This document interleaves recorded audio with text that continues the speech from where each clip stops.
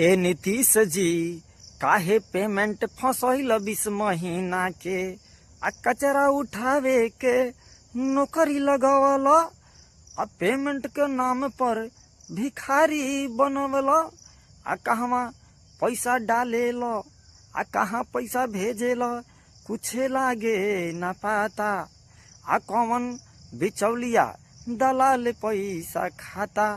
हे नीतीश जी पेमेंट अटकौल 20 महीना के आ ये नीतीश जी पेमेंट फंसौल 20 महीना के असर आ ठेकेदारी पर देके काम दिकदारी बढ़ावल आ कचरा वाला काम के भी कचरा बनवल आ नौकरी के नाम पर बुर्बक बनवल संविदा के नाम पर खूबे खटवल।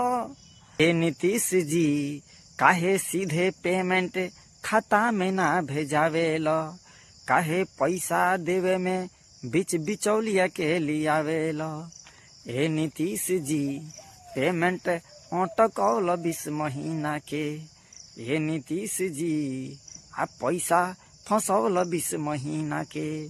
हाँ ये नीतीश जी आ पैसा फंस गईल 20 महीना के।